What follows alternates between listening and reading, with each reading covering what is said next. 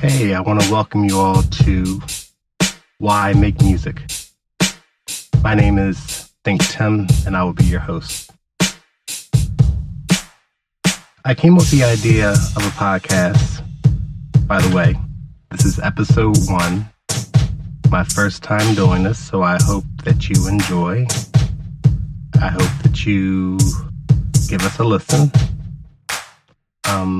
I hope you subscribe, and I hope that you follow. I never said those words out loud before. But here we go. Why Make Music is going to be a podcast about the creative process behind why I make music. It's going to talk about the love I have for songs and the love I have for the influences that have crafted me to basically want to be creative, feel the need to be creative. A little about myself before we really get into it. I'm a hobbyist musician, a new independent artist. I have a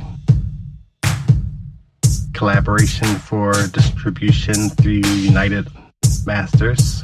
So basically you pay a fee, you upload your music.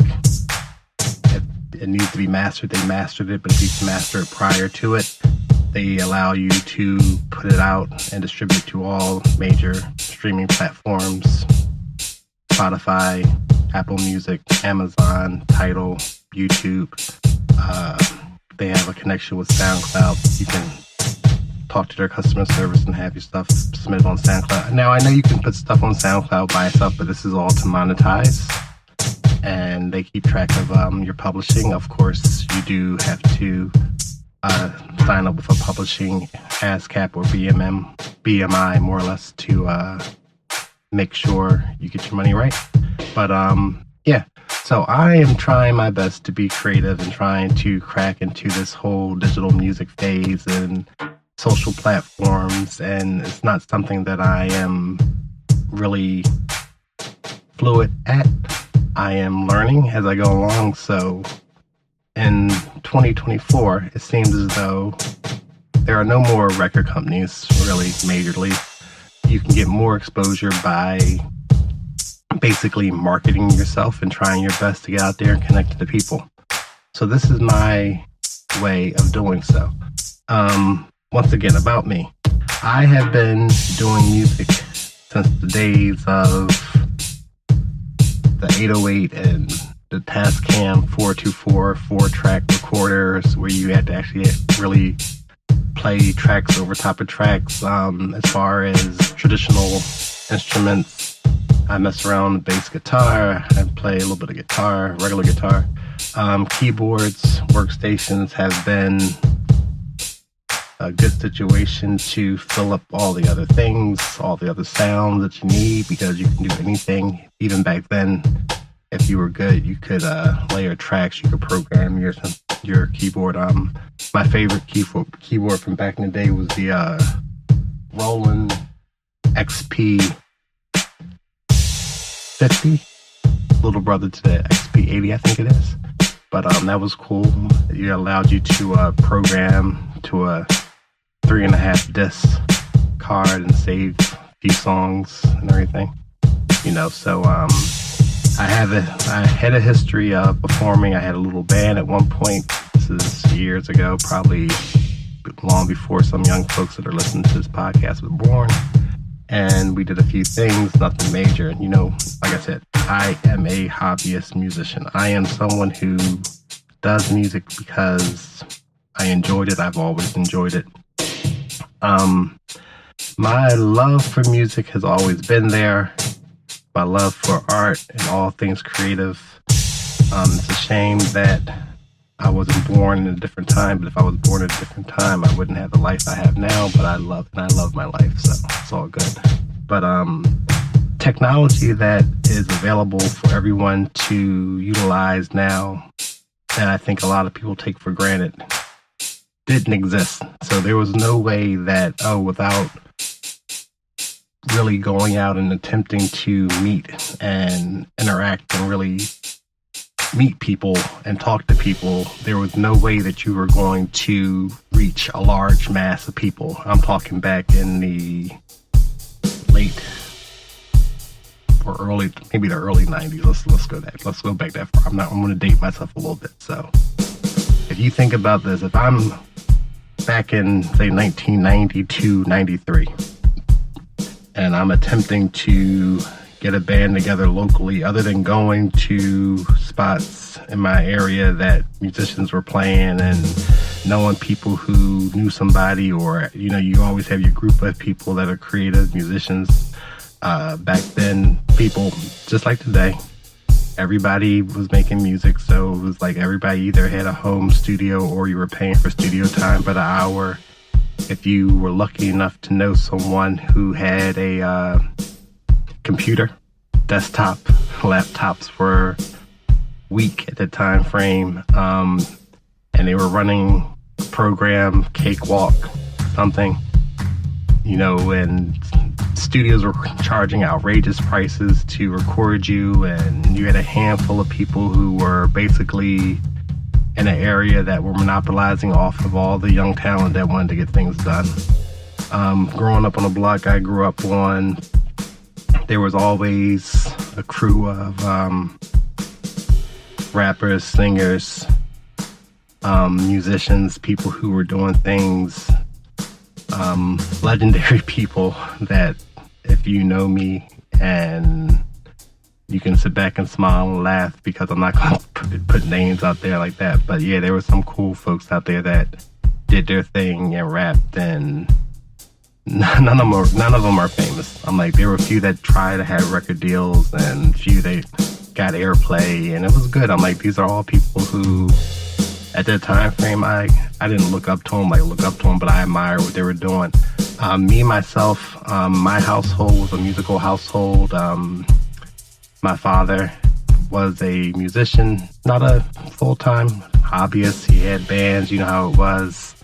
He was put up in the 70s, so therefore, of course, you know, bands were there, cover bands, doing whatever, go do little gigs here and there. But my house was a rehearsal house, so therefore me and my brother were direct offshoots of that type of experience, you know, like the instruments are there. My brother's awesome on drums. He's a good dude. But we had equipment in the household, you know, we had giant Sun speakers, bass amps, guitar amps, full set of drums, keyboards, everything. A couple blocks over, a friend of his had a record recording studio, and I'm talking like, yeah, they had like real wax records and they did stuff, and I was always impressed to go over there because his house didn't look like a house. His house looked like a big room, and in the dining room there were keyboards, and then downstairs there was the recording room and so forth and so on. But that's where I come from. So therefore it was a situation when Pops had rehearsal and somebody stepped off the instrument, you might be fortunate enough to have to go sit there and fill in a little bit, you know. So it seemed natural. So, but long story short, you were playing, you were having fun. Then all of a sudden, everybody wanted to be a musician, a star, a rap star, hip hop star. I'm not gonna lie to you. Lip syncing was the thing back in the day. You know, that was really big. That's the one thing that really got me to plug the instruments in, because you were basically singing to someone else's song, holding real instruments, and you weren't plugged in. And then me and my friends were like, "Hey, let's plug these things in and see what happens," you know. So, but that's where it all began. And once I started doing it, I couldn't stop doing it. So here it is, years and years later, many iterations of myself later, tons and tons and tons of tracks recorded. For example, there's tons of things that I will probably never, ever, ever play for you guys. And I don't know if that's because I will never play them, or if I don't know. Right now I'm trying to navigate this whole publishing copyright thing, so I guess you can put indistinct music in the background of your podcast. I don't know how it goes if you want to put all original material. I'm sure that there's still copyright publishing issues that I'm going to have to incur as life goes on. I'm going to have to figure this out as we go, but I hope that you're enjoying it so far. Second of all, let me tell you how I feel about speaking. I tend to speak a little quick. I am trying my best. I am using a method of tapping my finger as I talk. I learned this from a speech therapist to keep pace of what you're saying. And sometimes when you watch the news or you watch media and you realize that folks talk at a very steady pace. They're very intent on everything they say. So I am trying my best to do that impersonation of a journalist. So tune in to ThinkTimm, Why Make Music. Anywho, what we're going to do here, we're going to talk about the creative process. Where does the ideas come from? Why can some people just flow and other people have to toil? We're going to talk about lyrical content. How serious is lyric writing? Think about it. Some of the greatest songs you've ever heard, are they really about what you think they're about? What's the process of writing a song? Do you really want to know the process behind writing a song? Your favorite song that you like, do you know why the person wrote that song? I don't know. But those are the questions you have to ask yourself when you think about why make music. Music is everywhere. Music is in commercials.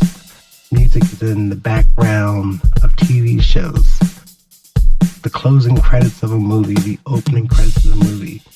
When you're watching a movie, you see a trailer for something, and they put a song in the trailer that's not even in the movie. It gives you a feeling, it pulls you in, it makes you feel a certain way. Now, I don't have a degree in sociology, I don't have a degree in musicology, shot. But anywho, these are questions I ask myself. Sometimes when you ask yourself questions, you sit back and you think oh, maybe I'll get an answer. Most of the time you don't. You think about it and you do whatever. But yeah. Point 3.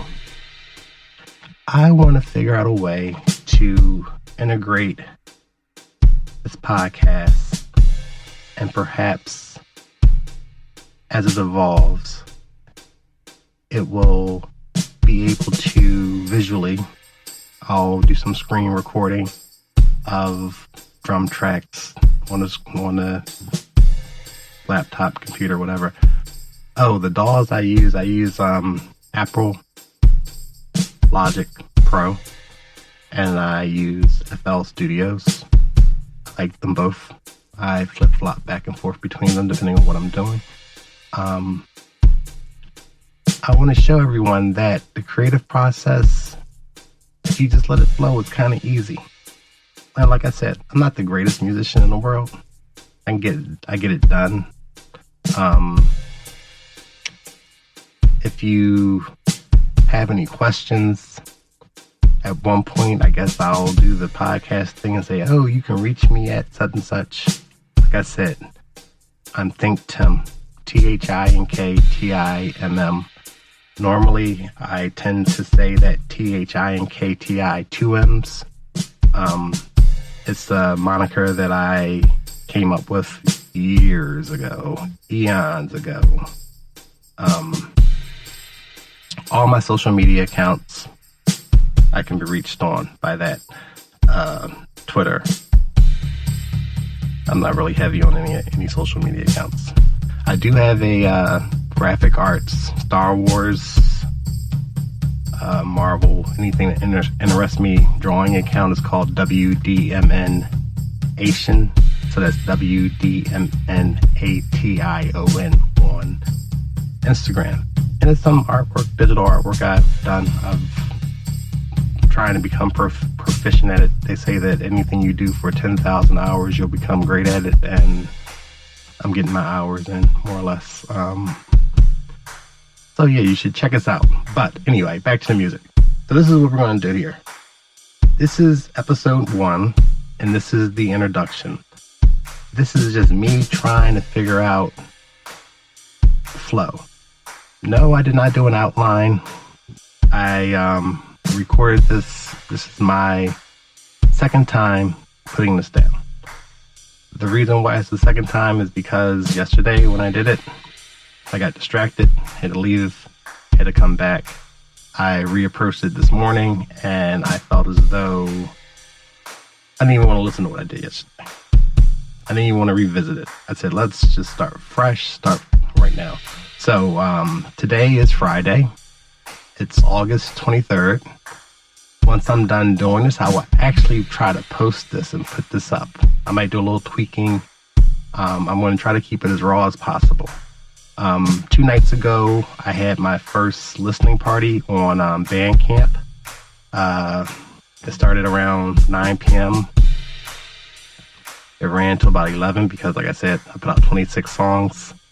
And they were all instrumental. They were funky. They covered a wide range of sounds, more or less. I think it was a good response. I was happy with that. Prior to that, I put out this other EP called Demotional. It had 9 tracks on, which the 9 tracks are included on the Demotional Feelings larger project. The reason why it's called Demotional is because all the titles of all the songs are basically based upon emotions. We have like bewildered, angst, giddy. I'm like, very trivial names, and I am learning them. The reason why I say I'm learning them is because basically I'm going to be honest with you and tell a story that I passed on to a friend of mine during a listening party.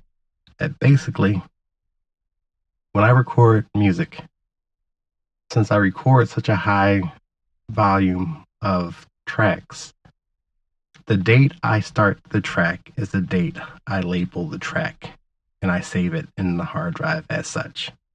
So to me, a lot of songs are dated by 08/23/2024. I might have a few notes at the end of it, so this way I can remember what I was doing more or less, but that is the basic process.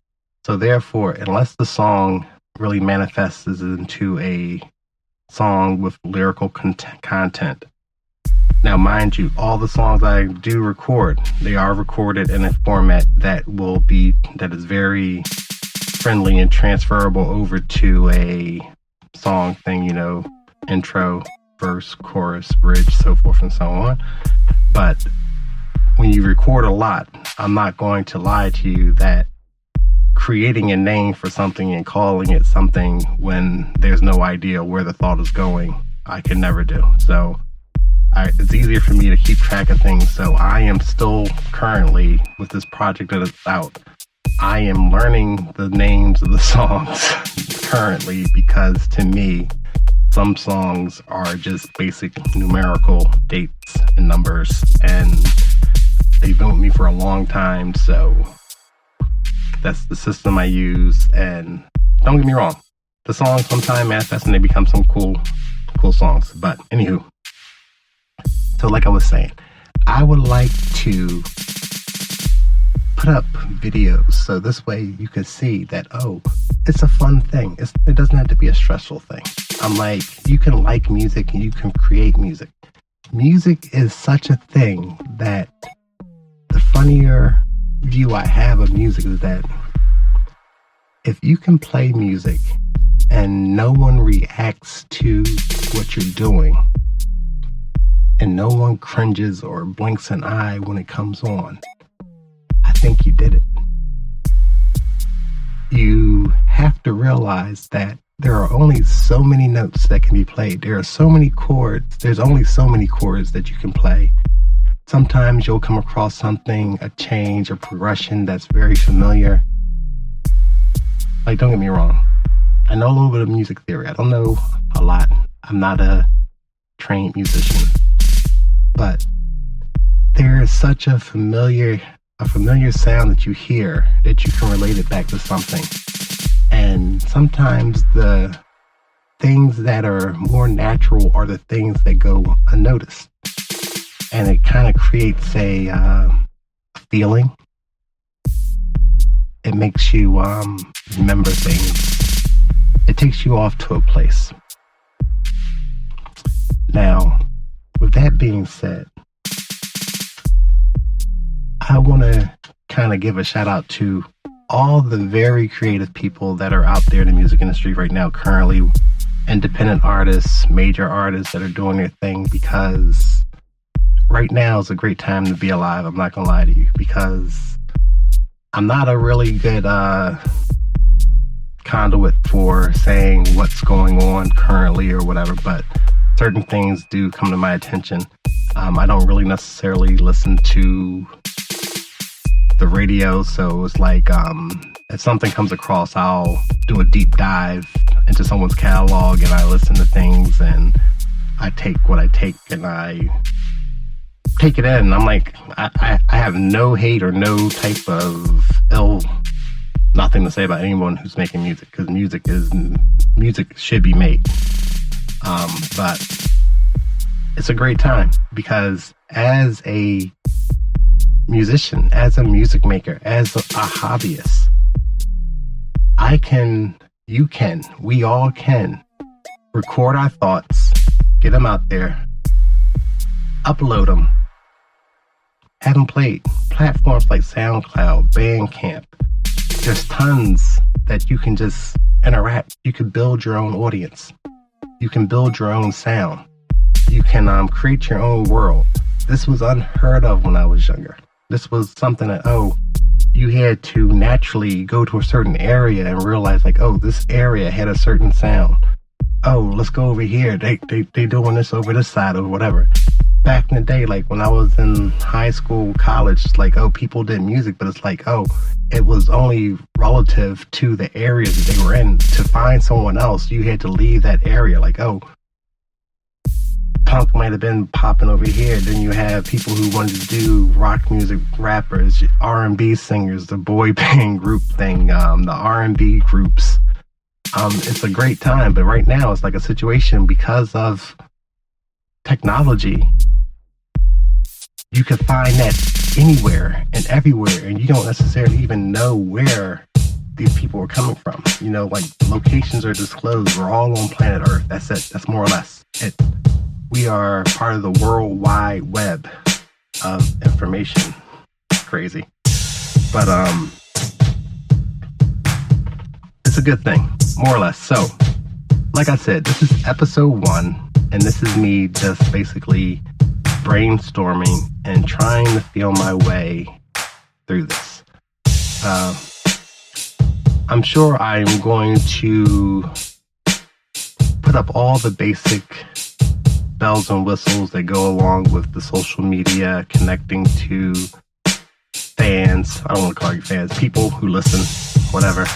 Folks who listen to music, folks who listen to me, folks who want to stream the stuff I do, folks who depends on what you are, what your finances are.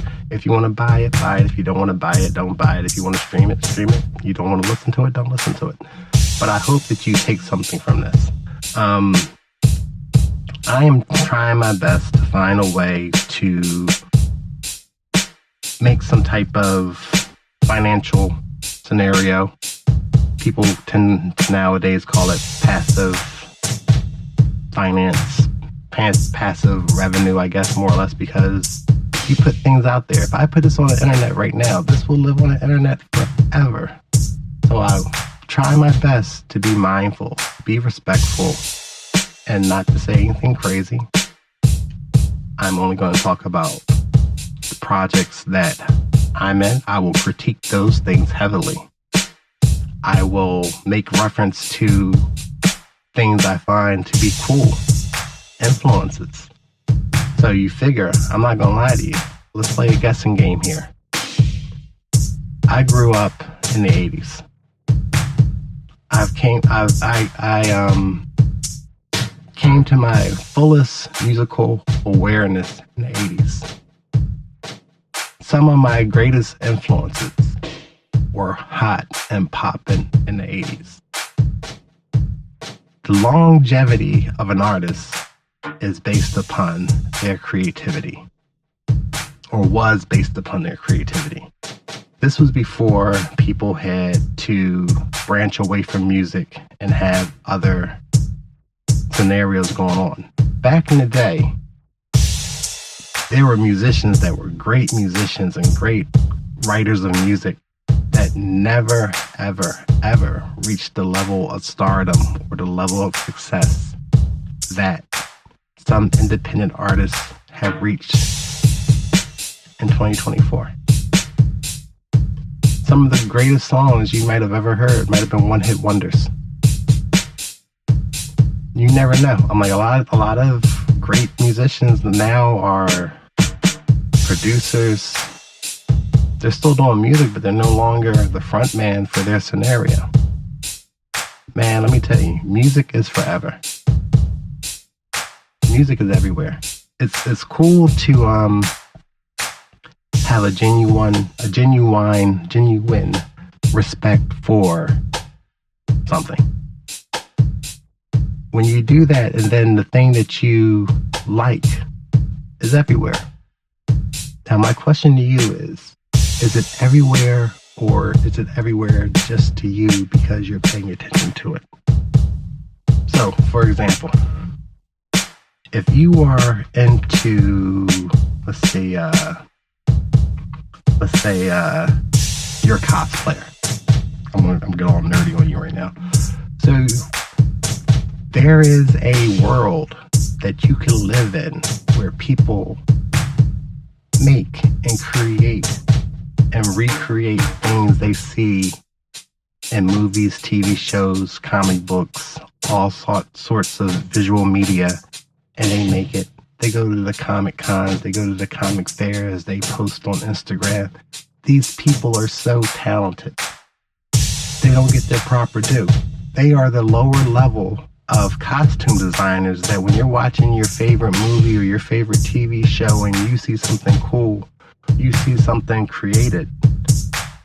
This is where that idea brews from. It starts. It starts at a base level of you being in your home, you doing something that you love, you create it, and you don't know who to share it with. Social media, oddly enough, which I think is going to be, it's the gift and the curse of the world.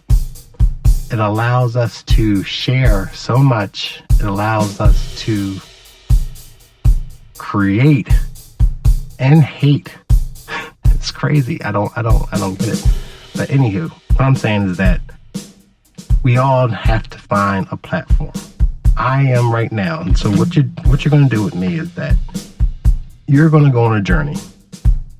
If you go to any of the websites or social media things that I posted, you realize that there are a few key things that I am trying to establish. Nothing comes immediately, and we are all on a journey of trying to figure things out. The fact that it's taken me this long to get to the point that I am trying to embrace all forms of media and trying to reach out to all forms of folks. Don't get me wrong, I listen to tons of podcasts. Some of them are comedy, some of them are self-help, some of them are music-based, some of them are fandom-based, based upon the things that you like. And I can engulf myself. I can just dive into them and listen to them forever and ever and ever. Maybe, just maybe, I might be this for someone else. I don't know. Maybe somebody somewhere. Hopefully I can grow an audience base. And you guys could write in the comments, yo, Tim, think about this. Yo, you could tell me why you make music. You know, just like, why make music? That's why when I was thinking about doing this, and I was thinking about how to title and what to call this show. I said, what will catch my attention? Creative. You gotta be creative. Why make music is a question that I think that if you were to meet any person that you like that's in the music industry, that's creative, and you ask them why they do it, I think you might really start a conversation. Now, I'm not saying that I'll ever interview somebody because I don't know anyone to interview. And the people that I would probably interview, you probably wouldn't know them, so it would be no sense in me interviewing them. But if ever I get to that point and I could interact with folks and somehow I figure out how to play this media game, and that's a grand question to ask. Why make music? It's hard. You got to think. Music, art.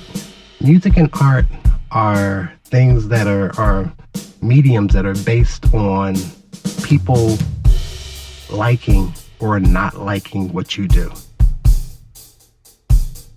There's nothing odder than to ask someone to openly criticize.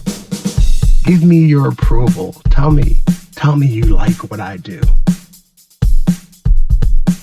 Could you imagine if you went on a job interview, and that's basically what it is. You go to a job interview, you are qualified with a certain amount of skills, obviously just to get you into the door, your resume, so forth and so on. And the person says, so tell me about yourself. And you have to put it out there, and then the HR department, the hiring committee, the main hiring guy, hiring girl, whomever the person may be, makes a decision based upon what you say at that moment. So as a musician, as a creative, we put out a product. There was a line in a song a while ago, long time ago, I don't know. It's a young woman. She's older now, but she has an independent record label and always been independent. And in one of her songs, she mentions the fact that records are recordings. At one point, a record was a recording to basically just capture what was done. So you would record it that one time. You will record it as though it was only going to be done one time, and that became the record. The record was the best representation of that moment encapsulated in time. So therefore, people gave their best, people gave their all for that one perfect take. Now, don't get me wrong, nothing's done perfect in one take. There's plenty of practice that goes into that one take, but when we say record and record, you don't understand. It's like if someone says, oh, that's going to be on your permanent record. Oh, you'll get offended. We've all seen an episode of that TV show where it's like, oh, we're going to write this on your permanent record. And then you sit there and you get freaked out. You're thinking like, oh my God, this is going to be committed to my record of all time. As a creator, when you create art, that's your permanent record. When you create music, if we weren't creating so much music, that could be your permanent record. But right now, in the world that we're living in right now, you have an opportunity to put out something. Stand by what you put out. You know what the opposite of the permanent record is? It's the remix. Think about it. So you put out an idea and it's good, and someone else likes it a little better than you like it, or they have a different idea. So what they do? They take your permanent record and they remix it. They change it up a little bit. It might reach a few more people. I don't know. This is just me being me. So, once again, let's talk about what we're going to do. So, I promise you, the next episode, so I'm going to try to do this once a week. And episode 2, I'm going to try to have more of a agenda and an outline, and maybe we can touch on certain things, and I'll put this up, and hopefully, I guess, I don't know. I haven't even tried to test to see how the system goes, because right now, currently, this should not be on. This is not going to make it to Spotify. This is not going to make it to any major streaming platform, Apple Podcasts or whatever scenario. I have to submit this to the RSS podcasting scenario, and it's going to be like a little wavelength. So I don't know. Maybe one person, 2 people might hear this. I don't know. Maybe my family and friends might hear this and say, "Oh, Tim, I don't know why you're doing this. You're crazy. You're wasting your time. You have obviously too much time on your hands of doing things." And shockingly, I've been doing this for like 35 minutes so far. So if I can do 35 minutes to 40 minutes a week on this, and this is something that you guys want to listen to and you want to tune into, it can grow. But this right here, you're watching me plant the first seed of a podcast future of me talking and me explaining. It's like therapy, because I'm not gonna lie, I don't really talk a lot like this. I talk a lot to my family. I talk a lot to my few friends. I keep my circle really tight. But this is a way that we can get to know each other. So what I'm going to ask you to do is like this podcast, subscribe to this podcast, follow this podcast. On social media, I'm ThinkTimm, ThimmM. No, I said it wrong. ThinkTimm. That's it. ThinkTi 2 M's. Funny story. I got some tracks from back in the day. Doing that. ThinkTi 2 M's. It was fly. It was good. I was killing it. Anywho. So social media. Check me out. Instagram. SoundCloud, Twitter.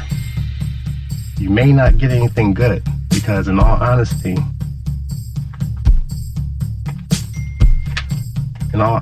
guess what? I really don't do too much on social media. I'm learning. I've been more active in the last 3 months on social media as far as trying to talk about music and talk about things I'm doing than I ever been. If you go to my Instagram account for the WDMN Nation, I got years worth of pictures and things or whatever. I'm a huge Star Wars fan, a huge Marvel fan. I always say I think my family should be sponsored by Disney. I can live off of that stuff. But that's a podcast for a different time, unless you want to go that route. So what you do is you hit me up, leave some comments, leave some questions, because guess what? There's music in Marvel, there's music in Star Wars. You got that dude, that old guy. You know what I'm talking about. I promise I'm not going to say any names. I want to talk about people. I'm going to talk about them, not in a bad way, but I'm going to talk about them in a good way. And I am not going to say their names, because I'm not going to do that. I am not that person.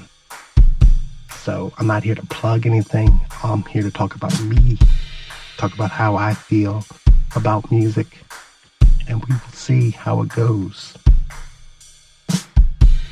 So, like I said, there's music everywhere. You gotta ask a question. Why make music? It's something that can cover everything. If ever this becomes a show that I can interview people, perhaps I can talk to these people, talk to these other creatives, find out why they do it. It's a very lax situation. I bet you a lot of the answer is going to be because I don't know how not to make music. I think that we should take a poll, we'll make a graph, a chart. So we'll start talking to people. If you're a musician and you're listening to this, in the comments or in a thing. Make a hashtag. That's what they call it, a hashtag. You know, I'm old. I used to call it a number sign, a hashtag. Why make music? And tell your story. Tell me why you make music. Tell me, what is it? What is it that drives you? What is it? I don't care if you hum on tape, if you whistle while you work, if you write lyrics in the back of your copybook, your notebook, on your notes on your phone. How many people have a section in their memos that are songs that you would never, ever, ever hear? Lyrics that you know are cool, the cool, best lyrics. And like I said, you don't have to explain why you wrote the lyrics.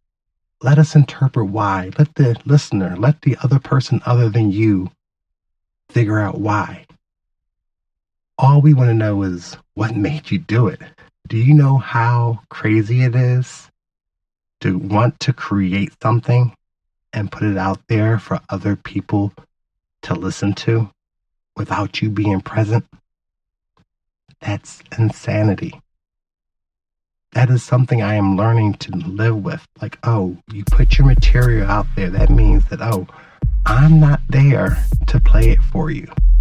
That means that you can play it whenever you want to play it. You can listen to it whenever you want to listen to it, when it's convenient for you. You can dissect what I'm saying and think what I'm saying is important. You can dissect what I'm saying and think what I'm saying isn't important. I'm not there to defend it. I'm not there to sell it. I'm going to record it. I'm going to put it up there. And then my job is going to be done. And I'm going to move on to the next thing.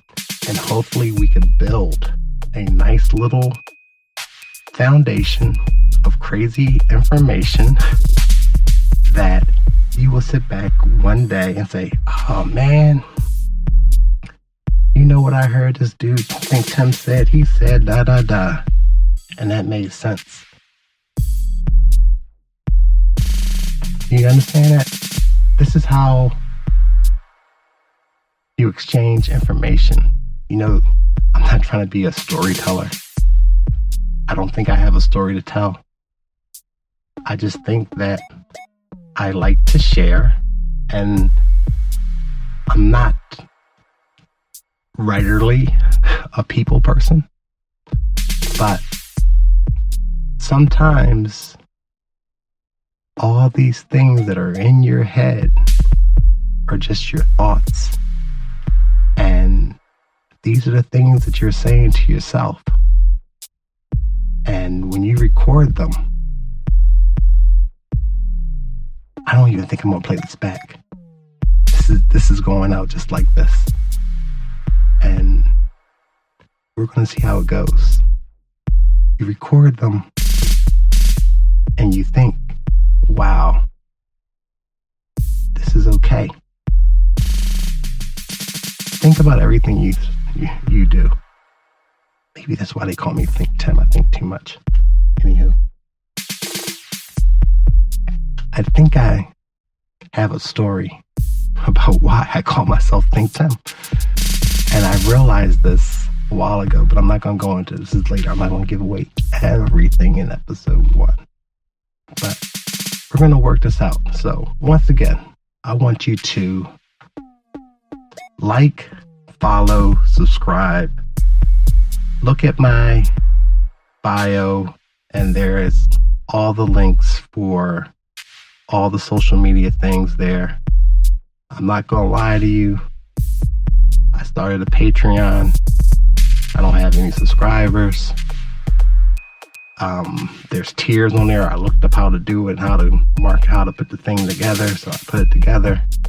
And I promise you, if you were to subscribe to those things, the more people I have to interact with me, the more I'll do. I'm not going to lie to you. So if you want to have a good time and you want to have a fun experience, or if you need a friend, just come up here. It's like, let me stop. If you need an experience and you're creative and you want to share with me, or you want to share my stuff, or you have an idea for something, let me know. I'm not going to lie to you. I am shocked. I am at 44 minutes. And if I say I'm at 44 minutes, 44 seconds, you know what I'm talking about, man. You got me. So, once again, Why Make Music, Episode 1.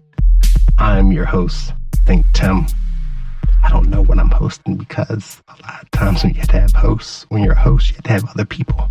I don't got nobody but me here. So, ThinkTimm, if nothing else. Peace out.